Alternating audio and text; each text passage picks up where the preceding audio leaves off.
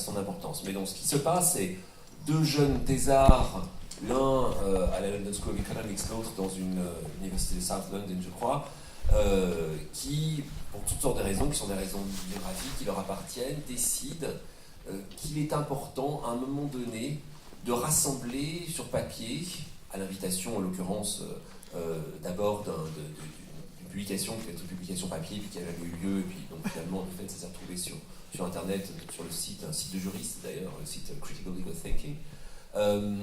Donc décident de mettre sur papier, au fond, trois choses. Un, leur constat face à un certain état du présent. Deux, leur constat par rapport à un certain état de la gauche par rapport à un certain état du présent. Et trois, ce que l'on pourrait faire pour en finir avec ce certain état de la gauche par rapport à ce certain état du présent. C'est ça dont il s'agit d'une certaine manière au début, d'où le titre de Manifeste pour une politique accélérationniste. Alors c'est un texte qui aurait pu être complètement perdu dans la production théorique, critique, intellectuelle, etc., qui se déploie sur Internet. Il se fait que ce texte, qui a immédiatement été repris de manière laudative par des personnalités comme Antonio Negri, a aussi immédiatement suscité des critiques acharnées. Et il n'y a rien de plus fantastique pour quelqu'un aujourd'hui sur cette terre que d'être critiqué de manière acharnée, parce que vous êtes certain que vos propositions feront le tour du monde, pour le meilleur ou pour le pire, disons. De Nick Sniczek à Alex Williams à Éric Zemmour, le mécanisme est au fond à peu près le même. Mais donc, chance quelque part que ce texte provoque une espèce de crise d'ulcère ultra-violente dans tous les groupuscules gauchistes qui ont l'impression, en voyant débarquer Sniczek et Williams, qu'ils sont face à des espèces de personnes qui, au fond, les mettent en danger. Les mettent en danger dans leur monopole plus ou moins assumé de la pensée du présent et dans leur monopole plus ou moins assumé de ce que c'est qu'être de gauche aujourd'hui. On l'a vu spécialement en France lorsque les gens du peuple qui manque ont tenté d'organiser une espèce de tribunal de l'accélérationnisme au Centre Pompidou il y a 2 ans et demi. Où effectivement les invités, qui étaient des invités, des gens tout à fait respectables par ailleurs, là n'est pas la question, mais qui étaient en l'occurrence Sophie Vanish et Yann Moulier-Boutan, donc des représentants d'une certaine gauche institutionnelle française, confrontés à ces deux jeunes types qui débarquaient de nulle part, d'un autre horizon linguistique, et avec des propositions qui étaient des propositions qui visaient effectivement à trancher à certains égards. Ça a donné lieu à une espèce d'immense malentendu sous forme de règlement de compte, en fait. Bon. Alors pourquoi ce malentendu ? Eh bien, ce malentendu peut-être qu'il repose dans la substance même des propositions qui sont celles de Sniczek et Williams, puisque d'un côté, sur le constat du désastre absolu du présent sous l'égide néolibérale, on ne dira pas grand monde qui va contester cette affaire, sur le fait que la gauche, ça va pas bien, et qu'elle ne parvient pas à se débrouiller, et que ça fait 30 ans qu'elle se prend tôle sur tôle dans la gueule, dans cette tentative de résister à cette espèce de rouleau compresseur néolibéral arrivé au pouvoir, effectivement à la fin des années 70, après une espèce de stase vraiment lente, d'évolution vraiment lente, de constitution vraiment lente, depuis les premières conférences du Mont Pèlerin au début des années 30. Ce point-là aussi, d'une certaine manière, tout le monde est un petit peu d'accord. Ce sur quoi les critiques vont se focaliser, c'est essentiellement le reste, c'est-à-dire les propositions. Et les propositions que font Sniczek et Williams par rapport à la rhétorique de gauche contemporaine, de gauche radicale, c'est une rhétorique révolutionnaire, rhétorique un peu instantanéiste, rhétorique de l'événement, rhétorique parfois dans les franges les plus situationnistes, rhétorique de la fête, rhétorique de la destitution, etc., etc. Eux, ce qu'ils vont proposer, c'est quelque chose en fait absolument pas sexy, c'est-à-dire une rhétorique de l'organisation. Et il s'agit bien d'une rhétorique de l'organisation qui prend la forme effectivement d'un manifeste, ce qui, pour vous qui êtes versés évidemment dans toutes les questions de l'art, fait immédiatement tilter, fait immédiatement résonner une petite cloche qui dit modernisme, puisque le manifeste effectivement est le support théorique par excellence de la modernité et des avant-gardes, et le manifeste, pour ainsi dire, disparaît avec la fin des avant-gardes pour ne réapparaître que sous des formes, au fond, un petit peu anecdotiques ou un petit peu ludiques. Et c'est seulement maintenant, ces dernières années, que subitement on voit se multiplier les manifestes, le manifeste accélérationniste, le manifeste xénoféministe, le manifeste convivialiste, le manifeste, etc., etc. Et la liste est relativement longue, ce qui effectivement est une question un peu intéressante et qui peut-être là commence à s'approcher un petit peu d'une connexion possible à réaccélération, qui est celle du destin du modernisme, des destins possibles du modernisme aujourd'hui, et de ce que peut-être des futurs laissés en friche au cœur même du modernisme et que l'on recommence à explorer aujourd'hui après une parenthèse dans laquelle ce n'était pas possible. Mais bon, ceci mis à part, ce que font Sniczek et Williams, c'est véritablement proposer une logique de l'organisation de la gauche qui passe en gros par l'investissement de 3 champs. Bon, je vous passe ça très vite, vous pouvez le lire, pour ceux d'entre vous qui n'ont pas déjà lu le manifeste, vous pouvez le lire très facilement, il est disponible en ligne sur le site de Multitude ou en version papier, effectivement dans ce rassemblement dans ce rassemblement de textes. Mais voilà, les 3 domaines d'intervention, c'est effectivement le domaine des médias, avec une espèce de stratégie un peu trotskiste d'entrisme médiatique, une stratégie qui est une stratégie sociologique, disons sociale, de réannexion, de reconnexion, pour être plus précis, avec les masses qui ont été dépolitisées par 40 ans de néolibéralisme. Et puis le 3e volet est un volet d'organisation logistique, la logistique très importante dans toute cette histoire, je crois, d'organisation logistique sur le mode qui a été précisément celui du néolibéralisme dans la constitution de son réseau de pouvoir, ce réseau de pouvoir qui a rendu la révolution inutile. Puisque ce qui a le grand coup de force du néolibéralisme, c'est que c'est un mouvement politique et économique d'une puissance inouïe, mais qui n'a pas de pouvoir. Qui n'a pas de pouvoir au sens de la démocratie parlementaire, au sens de l'élection, au sens de la prise de pouvoir politique telle qu'on l'entend. Le néolibéralisme, c'est quelque chose qui s'est constitué intégralement dans les marges, qui reste encore aujourd'hui, malgré les prises de discours et les prises de position de certains hommes politiques visibles, entièrement dans les marges, entièrement constitué par, à la base, des réseaux d'intellectuels, les ordo-libéraux autrichiens, certains néolibéraux français, certains journalistes publicistes, plutôt comme on les appelait, américains, comme Walter Lippmann.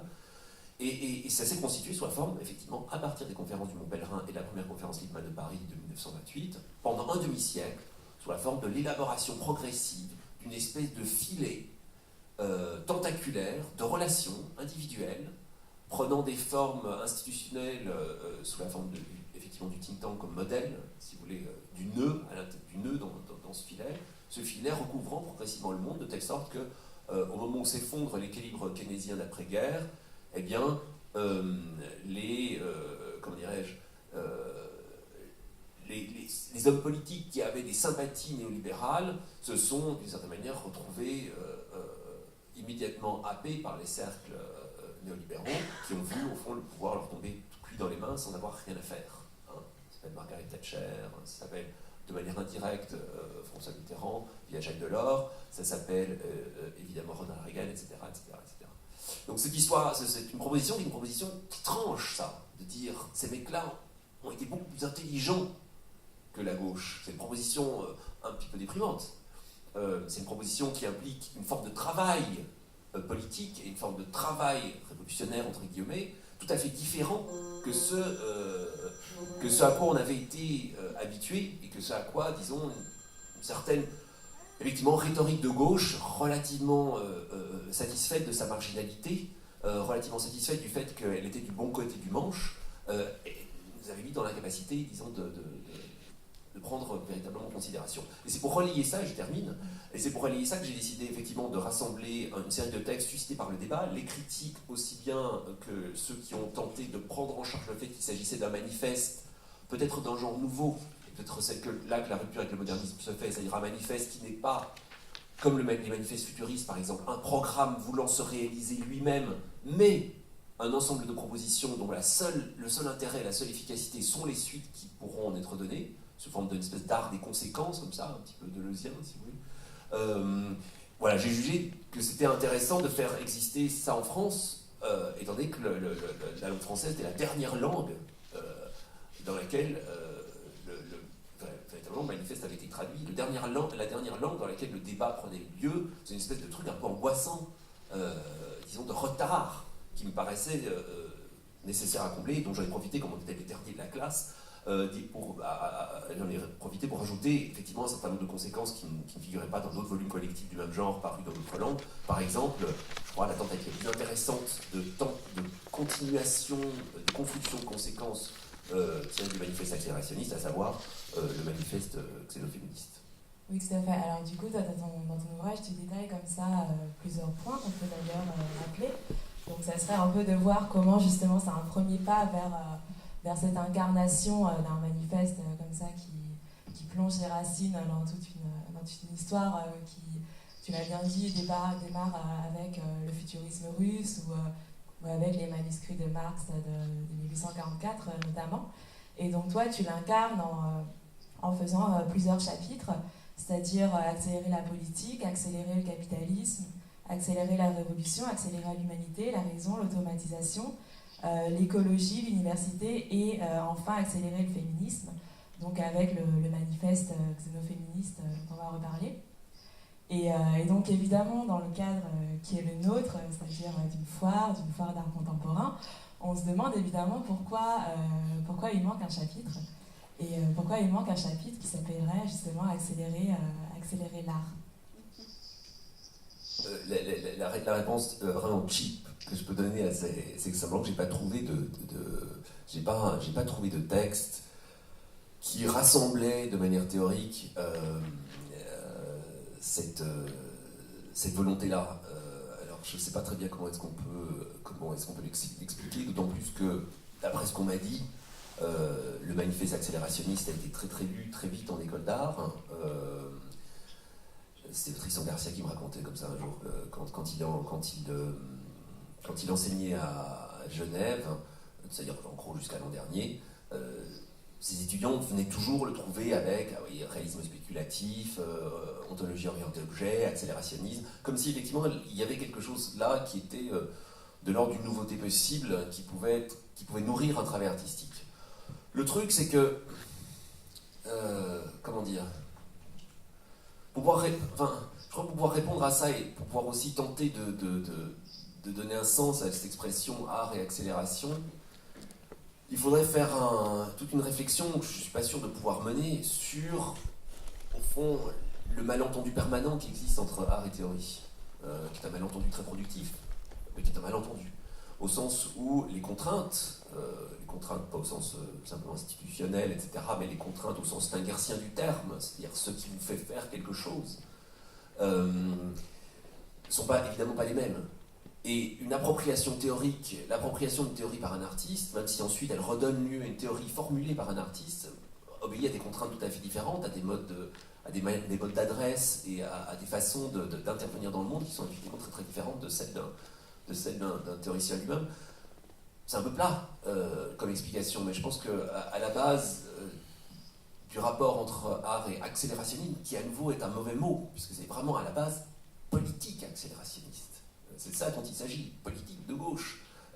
Sniczek et Williams n'ont jamais eu l'intention effectivement de constituer une espèce de mouvement général de transformation du monde. Il s'agit au contraire de quelque chose de très matériel et de très concret qui part de points très restreints. J'ai donné les trois chantiers tout à l'heure. Aujourd'hui, eux-mêmes sont en train de développer ça sous la forme de différents livres. Il y en a un qui est sorti chez Verso il y a quelques mois qui s'appelle Inventing the Future, qui est sur le travail, sur la question du travail et d'un monde d'après le travail. Donc, lentement, on commence à ouvrir les chantiers. Puis le prochain livre de Nick Sniczek s'appelle Platform Capitalism. C'est sur effectivement la question de toutes les plateformes qui permettent de déplacer les modes de production auxquels on est confronté aujourd'hui, de manière conforme du reste à quelque chose qu'ils avaient formulé dans le manifeste, qui était leur grande tâche, l'expression qu'ils utilisent dans le manifeste, c'est réorienter la plateforme matérielle du capitalisme. Voilà. Effectivement, ça c'est une tâche politique, c'est une tâche économique. Peut-être est-ce aussi une tâche artistique, mais j'aurais envie de dire que dans mon point de vue, qui est un point de vue extérieur à celui des mondes de l'art, j'aurais envie de dire, si une traduction immédiate a un sens, à supposer qu'elle n'en ait jamais, effectivement ce serait celle de la réorientation de la plateforme matérielle du monde de l'art. c'est-à-dire, au fond, réorientation de ce qui constitue la logistique de l'art, et non pas l'art en tant que travail. À supposer là aussi qu'on puisse faire la distinction entre plateforme matérielle, donc le capitalisme de l'art, pour le dire comme ça, à commencer par le capitalisme des foires, indépendamment de la question des travaux individuels en tant que tels. Voilà. Je ne sais pas si c'est une réponse, mais s'il fallait parler en termes de traduction immédiate, ce serait ça. Peut-être que justement ce qui est intéressant, c'est ce qui ne relève pas de la traduction immédiate, et ce que la lecture d'un tel manifeste peut faire en dehors du petit chantier ou du petit précaré qu'il détermine, et peut-être lui donner, effectivement, lui conférer des modes d'existence qui sont des modes d'existence inattendus, mais ça je pense que c'est à la maîtrise de... Enfin, personne ne maîtrise ce destin-là. Alors justement, c'est vrai que moi, il m'avait semblé aussi trouver un petit élément de réponse sous la forme de quelques mots, en fait, dans le texte de Rezan Negarestani, qui, en citant Heidegger, dans l'Heidegger de Être et Temps, dit justement que l'activité créatrice humaine doit être maintenue comme ontologiquement indéterminée et tout simplement incertaine. Donc je pense que c'est pour ça, justement, qu'on va essayer un peu de pluraliser les choses en montrant trois approches possibles à travers trois artistes justement qui ont à plusieurs degrés connaissance de ces débats-là, mais qui surtout ne font pas d'art sur l'accélérationnisme et donc qui vont décliner un peu les différents volets qu'on peut trouver à ce rapport-là, justement, qui est un rapport, encore une fois, indéterminé et justement pluriel. Et peut-être qu'on se trompe aussi en parlant d'art, puisque tout de suite derrière art, on va mettre les institutions, on va mettre l'histoire de l'art, donc forcément la question du modernisme que tu rappelais également. Et donc je voulais autant que possible m'appuyer sur ton livre. Et on trouve justement dans le manifeste aussi un passage qui lui va parler de l'imagination. Et je pense que c'est à ce titre-là que les artistes peuvent apporter quelque chose, donc non pas en faisant de l'art ou en produisant des objets comme ça qui vont venir encombrer ce champ qui est déjà suffisamment saturé, mais justement en mettant en œuvre un imaginaire, puisque l'un des points fondamentaux du manifeste, qui est d'ailleurs le troisième, va être justement de dire que la gauche est en panne de futur et que c'est vraiment ça en fait le point l'ornière dramatique. Donc sans vouloir empiéter sur la prochaine conférence qui va parler plus précisément de futur, je pense qu'on peut quand même rappeler que ce troisième point, justement, c'est de dire qu'au lieu d'un monde fait de voyages dans l'espace, de chocs du futur ou de potentiel technologique révolutionnaire, nous vivons dans une époque où les développements concernant essentiellement des améliorations marginales de techno-gadgets consuméristes, la répétition incessante des mêmes produits de base, et ne soutiennent que la consommation marginale aux dépens de l'accélération humaine. Donc là, en fait, les trois points qu'on va pouvoir développer, c'est de voir un peu comment on pourrait tenter de produire des nouvelles images du futur qui ne soient pas une version 7 de l'iPhone ou une autre comme ça, mini amélioration technologique. Donc pour faire le lien avec ce qui va suivre, on va montrer une vidéo de Benjamin Efrati, qui lui est un artiste qui est à la fois diplômé de philosophie, qui a fait l'école de philosophie de Lyon, et qui ensuite est passé par les Beaux-Arts, et donc il conjugue un peu ces deux intérêts en travaillant spécifiquement sur le dispositif de la conférence Performer. Il nous en reparlera plus tard, mais lui, il est venu à l'accélérationnisme par la lecture du manifeste xétoféministe, et il fait en outre des recherches sur les manifestes sur Internet. Donc, puisqu'il ne pourra pas être physiquement présent avec nous, il a fait cette vidéo pour nous expliquer d'abord pourquoi il ne sera pas là. La raison pour laquelle je suis actuellement absent tient dans quelques mots.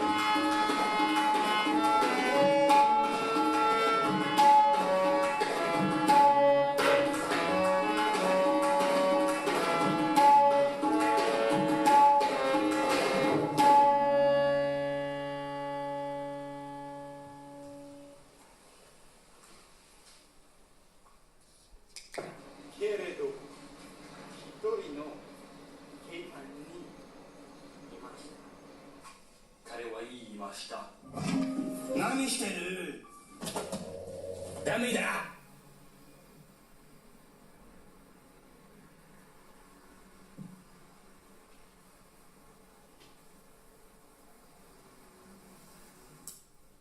La significatogenèse est une méthode inventée par Mario Ameu pour construire de la signification à partir de n'importe quoi.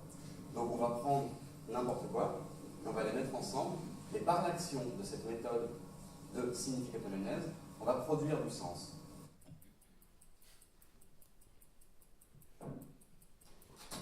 Bonjour, Raphaël Vercher, je suis là pour vous présenter ma conférence titrée « L'objet du sport ». D'un côté le corps, de l'autre l'esprit. Il y a alors va-et-vient. Mais l'histoire du vélo couché permet de cerner au plus près les enjeux de ce rapport ambigu du sport à l'objet. L'objet ne rend jamais égal que provisoirement. L'objet ne chasse l'injustice que de façon temporaire, voire de façon illusoire, dans le sport ou même ailleurs. Le rapport dialectique du sport à ces objets parle en tout cas davantage que de sport. Il nous parle du rapport que nous entretenons à la démocratie. La relation à l'objet, en général, est ainsi un rapport fondamentalement politique. Je vous remercie.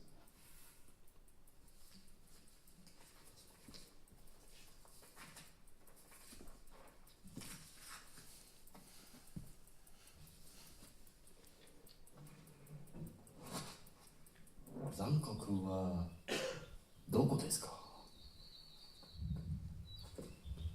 Zankoku arimasu ka? Zankoku doko? Zankoku doko desu ka?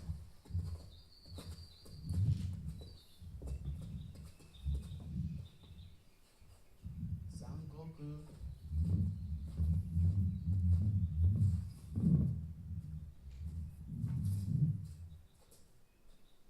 Zankoku doko desu ka?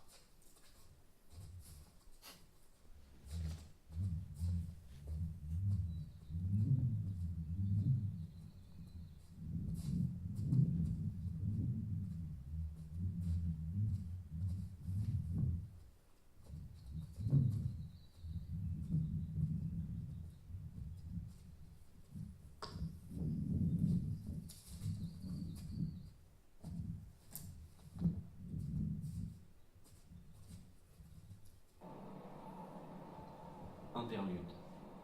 Voici Ernestine, célèbre pour sa dextérité digitale. Je ne vous serre pas la main. Ensuite, Eulalie, la plus petite femme disponible au pied levé. On la voit à peine. Enfin, Elvire, la fille sourde, muette et aveugle, Je vois. que vous me pressiez de trouver. Voici les trajets à la campagne que monsieur le marquis a commandé. Ah, fort bien, fort bien. Voilà, oui, c'est ça. Comme ça, c'est bien.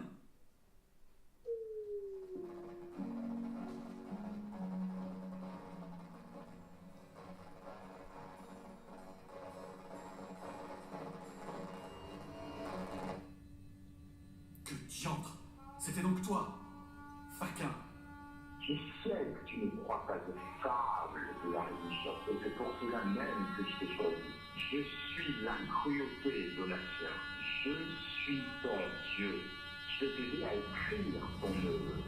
Contemple mon pouvoir et crois en moi.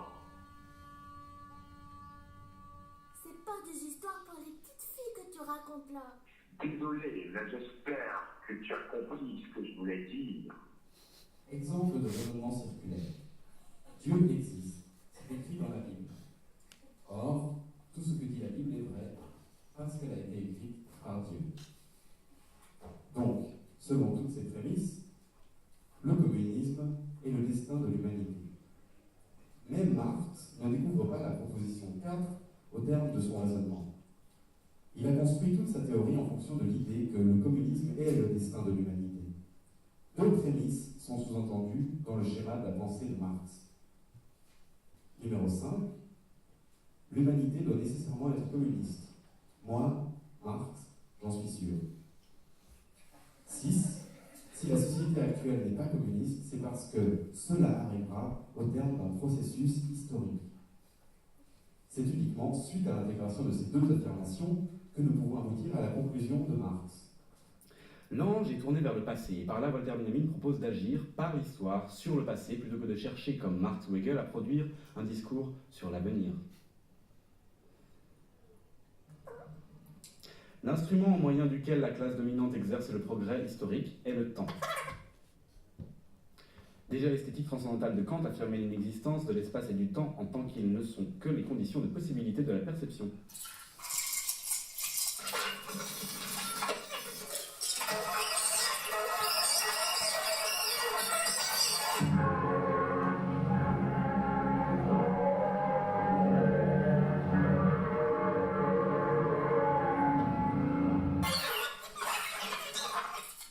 Et donc, en ce sens, la tentative de Walter Benjamin peut être rapprochée de la théorie des affects de Spinoza d'une part, mais bien plus encore de sa distinction critique entre temps et durée. Merci. On peut décrocher la caméra. Enfin, prendre le pied.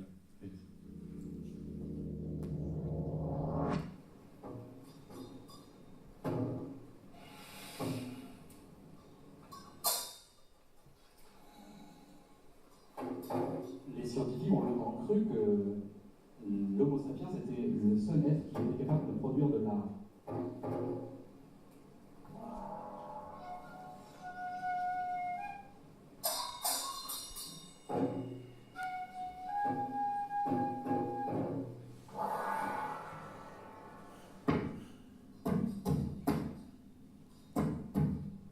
C'est là qu'il basait la supériorité de l'Homo sapiens sur les autres.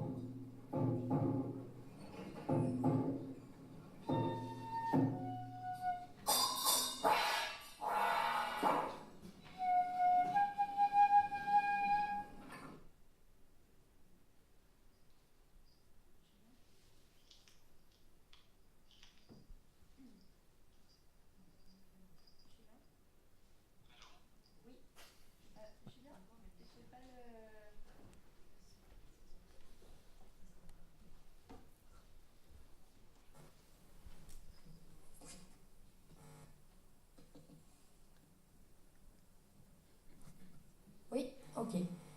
Merci Julien. Benjamin, tu es là? Alors, évidemment, vas-y. Julien, est-ce que le son part du câble, s'il te plaît? On part du câble. Ah ben voilà. Je suis ici. Yes. Alors, bonjour Benjamin, bonjour Ectoplasme de Benjamin qui est dans la machine. Donc on vient de voir ta vidéo et je disais juste avant que toi tu es arrivé au manifeste accélérationnisme par un autre manifeste qui est donc le manifeste xénoféministe dont tu proposes depuis quelque temps une lecture qui est celle du xénoxénisme, notamment lors d'une performance que tu as réalisée dimanche dernier dans le bus qui allait à l'exposition Les Nouveaux Mondes Industriels de Nicolas Bourriaud à la Galerie Continua. Est-ce que tu peux peut-être en préambule nous préciser ce qui t'a intéressé toi dans ce manifeste en particulier? Oui, bien sûr. Le manifeste xénoféministe, en fait, je l'ai trouvé dans une compilation de manifestes sur l'âge, Internet, etc. Et donc ça m'a renvoyé vers un truc que j'avais vu passer en fait à l'époque, le manifeste accélérationniste, qui m'avait interpellé mais pas particulièrement retenu, parce que j'étais dans d'autres questions à l'époque. Et puis voilà, au moment de lire le manifeste xénoféministe, ça m'a fait un petit peu un espèce de réveil, quoi, comme ça, une espèce de sommeil, comme on dit. Et puis voilà, ça m'a donné envie d'avancer de front un petit peu vers des questions qui étaient une espèce de manière forcément un petit peu postmoderne de poser la question, en fait, qui est de voir le truc selon un point de vue médical, psychologique, neurologique, psychologique, philosophique, tout ça en même temps, et bien sûr génétique, en fait. Et c'est ça, en fait, le xénoxénisme, c'était une façon de proposer une manière le plus simple possible et la plus compréhensible de regarder de front toutes ces choses-là, un petit peu dans le cadre de ce qu'on appelle l'éliminativisme méthodologique, qui est donc l'idée portée par la philosophie analytique dure, hardcore, que tout ce qui est... en fait, on a plein de représentations qui sont charriées par la psychologie populaire, comme l'amour ou bien la mémoire, mais en fait, ce sont des mots qui prêtent vraiment plus qu'à confusion, c'est-à-dire c'est des mots qui sont des pierres d'achoppement, quoi. Par exemple, si on prend la mémoire, c'est vraiment une erreur, si on regarde la physiologie du cerveau, de croire qu'il n'y a qu'une sorte de mémoire. Et parler de la mémoire, c'est juste aberrant, en fait, au regard de ce qu'on sait aujourd'hui sur la manière dont fonctionne l'esprit. Et de la même manière, l'amour, c'est un ensemble de choses qui ne veut absolument rien dire en tant qu'héritage post-romantique d'une société capitaliste qui veut conventionner les gens dans des relations de couple, etc.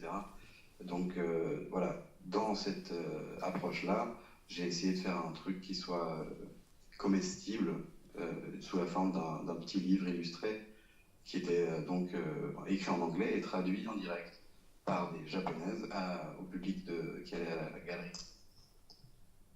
D'accord. Et donc, de manière plus générale, tu t'intéresses donc au manifeste, spécifiquement à la forme du manifeste sur Internet. Est-ce que tu pourrais nous fournir des exemples d'autres manifestes qui ont retenu ton attention? Et quelle serait la manière dont toi, en tant qu'artiste, tu t'en empares et tu les intègres dans ton travail de conférence performée? Ouais.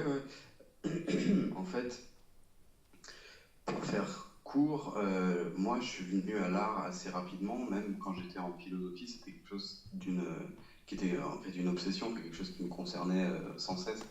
Et évidemment, la question en fait, au moment d'aller aux Beaux-Arts, c'était comment est-ce que je vais survivre en fait, parce que je vais pas être prof de philo, c'est clair. Donc il a fallu essayer de se confronter à ce que c'est que le marché. Donc ce qui a été un échec sonnant et trébuchant, mais donc la question qui est au centre de ça, c'est vraiment la productivité dans l'art, quoi. On va revenir sur la question des contraintes, hein, mais je sais pas. Le bon exemple par rapport à la vidéo que j'ai montrée, c'est cette idée de tabac, quoi. Enfin, le tabac, c'est vraiment une espèce de métaphore de la productivité contemporaine prise à bras le corps, quoi, puisqu'on peut pas l'éviter d'une certaine façon. Et dans ce sens-là, en fait, l'art, clairement, ça relève de la productivité capitaliste, mais bon, il y a aussi ce travail de l'esprit en jeu et la mise en abîme des symboles, je pense, a vraiment en fait produit quelque chose. Il y a tout un imaginaire en fait contrefactuel qui va contre la causalité, qui peut se mettre en branle. Et même si quand j'ai commencé à vraiment me mettre à produire des conférences qui soient un petit peu du domaine de l'art, c'était en 2008 et c'était juste à la sortie de la philo en fait. À ce moment-là, c'était en fait en collaboration avec Mario Améou, que vous avez entendu. En fait, Mario Améou, c'est lui qui fait la voix du crocodile. Donc c'est un philosophe, théoricien, poète béninois qui habite au Bénin et qui avait inventé ce concept de significatogénèse. Donc l'idée, c'est une technique pour produire de la signification. Plus qu'une technique, c'est l'aptitude à pouvoir le faire. Et ça allait en chiasme avec mon approche qui est un peu moins superstitieuse, plus analytique, quoi. Et moi, je parlais plutôt de la tendance de l'esprit à fournir du sens là où il n'y en a pas, quoi. Et ça, c'est clair que c'est un poncif en psychologie, mais qui est toujours chargé en fait, de présupposés soit psychanalytiques, soit psychiatriques, dans des termes normatifs, etc. Donc les traduire d'une manière qui soit proprement artistique, même si c'est un langage qui est un petit peu fait mal aux oreilles, comme ça, sémiophilie, significatogénèse, c'est pas vraiment populiste, quoi. Mais par contre, des choses qui soient vidées de tout leur contenu, toute la psychanalyse, toute la phénoménologie, toutes ces choses-là, quoi, de les écarter le plus loin possible. Et donc nous, on n'a pas fait du tout de manifeste, mais on est des grands lecteurs de manifestes, c'est clair. Et donc, oui, j'ai préparé une petite expérience pour aujourd'hui, juste comme ça, pour faire un petit exemple, mais il y a ce livre donc, que j'ai lu qui s'appelle Manifestos for the Internet Age, et dedans, il y a pas mal de choses, quoi, et notamment le xénophéminisme. Mais ce que j'ai voulu faire aujourd'hui, c'était remonter un petit peu dans le temps et regarder comment parlaient les gens qui faisaient des manifestes. Ça me faisait rire. Donc, je regarde un petit peu, par exemple, le manifeste du communisme, il parle d'eux à la troisième personne du pluriel, signé par 2 individus. Donc, par exemple, quelle est la position des communistes par rapport à l'ensemble des prolétaires? Les communistes ne forment pas un parti distinct, opposé aux autres partis ouvriers. Ils n'ont point d'intérêt qui les sépare de l'ensemble du prolétariat. Donc vraiment, il parle d'eux à la troisième personne, comme s'ils s'observaient de loin, pronastiquement, comme ça. Les futuristes, eux, c'est à la première personne du pluriel, signé par un individu. Donc ça, c'est le premier qui date de 1916. Comme nous écoutions Comme nous écoutions la prière exténuée du vieux canal et crisser les eaux des palais moribonds dans leur barbe de verdure, soudain rugirent sous nos fenêtres les automobiles affamés. Voilà. Après, bon, bien sûr, comme c'est Tristan Tzara, il va nous dire « Allons, dis-je, mes amis, partons !» Enfin, la mythologie et l'idéal mystique sont surpassés. Voilà. Après, on a aussi celui d'Hugo Ball, qui est un peu plus distant, quoi. Lui, c'est troisième personne du singulier. Lorsqu'on en fait une tendance artistique, cela revient à vouloir supprimer les complications. Tzara, encore, dans un manifeste ultérieur, en 1918, première du singulier, je proclame l'opposition de toutes les facultés cosmiques, etc. Le surréalisme, alors forcément, c'est le pinacle de ce genre de truc, c'est la première personne du singulier. Oh là, j'en suis à la psychologie, sujet sur lequel je n'aurais garde de plaisanter. Et ça, en confrontation avec, par exemple, Accelerate, là, c'est la deuxième du pluriel. The future must be cracked open once again, unfastening our horizons towards the universal possibilities of the outside. C'est un truc un peu plus responsable, quoi. Et c'est là que ça devient intéressant, en fait, c'est que le xénoféminisme, c'est ultra impersonnel, quoi. C'est le xénoféminisme indexe le désir de construire un futur étranger, etc. Et là, on arrive dans quelque chose qui est, en fait, devient un outil vraiment à disposition des gens, je pense. Enfin, c'est ça qu'elles veulent faire, en tout cas. Enfin, je sais pas, peut-être qu'on pourra en discuter. Et du coup, entre ces manifestes, qu'un siècle sépare à peu près, entre les premiers que tu cites et les nouveaux qui émergent avec Internet, pour toi, ça serait quoi la différence? Pourquoi tu penses qu'on a ce renouveau de manifestes qui sont largement corrélés à un médium? Tu citais ce livre des manifestes sur Internet. Qu'est-ce que la diffusion par Internet peut apporter de plus à la forme du manifeste, selon toi? Le manifeste, d'un côté, ça vient un petit peu d'une pratique, en fait. Ça vient de l'idée de placarder des trucs au mur, de faire circuler des papiers dans une société où les idées peuvent être orales ou écrites. Mais maintenant, se faire circuler un texte sur Internet, ça redevient très possible.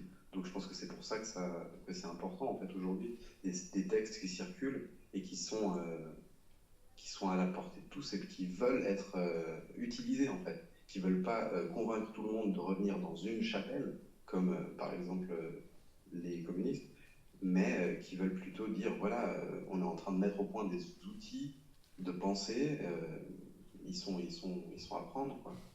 Et dans ce sens-là, il y en a un qui m'a fait rire, qui s'appelle le Pesto Manifesto, où on nous dit qu'il faut vraiment prendre de l'ail frais et bio dans des sociétés capitalistes, parce que sinon c'est pas possible. D'accord, écoute, merci beaucoup. Je pense qu'on va passer maintenant à Laura Gozlan.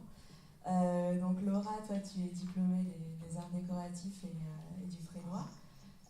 Tu mènes essentiellement un travail de vidéo, mais où tu traites la vidéo comme espèce de corps un peu post-humain, puisque tu travailles à partir de sources très diverses, à la fois des imageries scientifiques, des images de série B des années 70, surtout des giallo, et en les réassemblant, du coup, tu crées une nouvelle séquence de fiction, et qui, moi, m'a paru intéressante parce qu'elle se reconnecte un peu à tout ce versant un peu plus libidinal et pulsionnel, extrêmement lyotardien, qui est également présent en germe dans l'accélérationnisme, puisqu'on a pu très souvent lire que l'accélérationnisme véhicule aussi une certaine forme d'érotisme, une certaine forme de pulsion de mort, quelque chose de très freudien.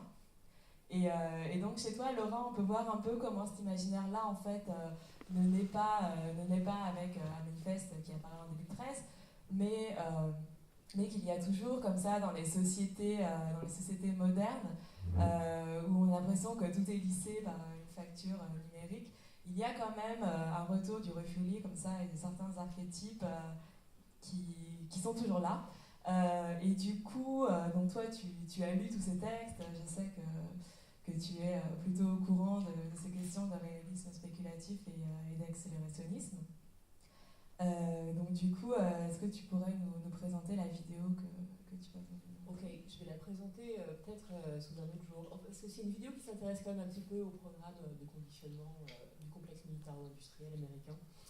Et l'idée, c'est de jouer un peu sur des concomitances historiques de différents films, c'est-à-dire des films européens. On a les gialli qui viennent d'Italie, qui sont un petit peu contextualisés au moment des années de plomb.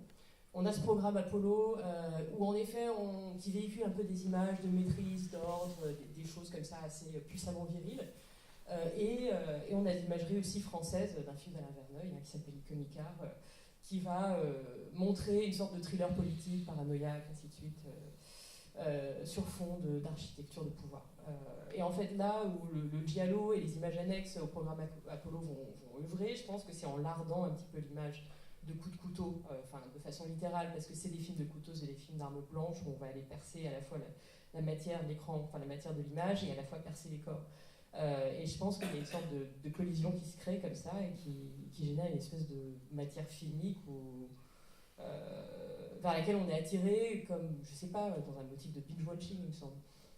Après, c'est pas le cas de ce film qui est présenté en projection droite, mais ce qui s'opère par exemple dans d'autres montages où on a toujours un petit peu comme ça, comment dirais-je, à la fois des œuvres, pas des œuvres, des images technologiques de différents âges qui sont soit relatives au programme Apollo, soit relatives à des problèmes de conditionnement psychique, qui sont lardés d'objets filmiques un peu étranges. Alors ça va du film post-canadien animalier, du thriller politique, etc., ou alors des dauphins vont être utilisés pour créer des attentats politiques avec The Day of the Dolphin, il me semble.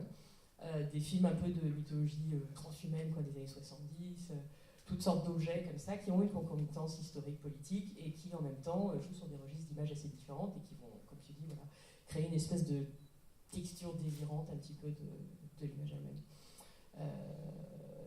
Juste pour dire, c'est un film qui a été co-réalisé avec Benjamin Laurent Hamon, qui ne pouvait pas être avec nous aujourd'hui, hélas, qui lui est un artiste sonore et un plasticien. Il m'a confié sa pièce sonore, qui fait à la base une vingtaine de minutes, qui est hyper structurée, que j'ai écouté en dormant. Ensuite, les images sont venues un peu se recomposer dans ma tête, s'écrire sur la table de montage.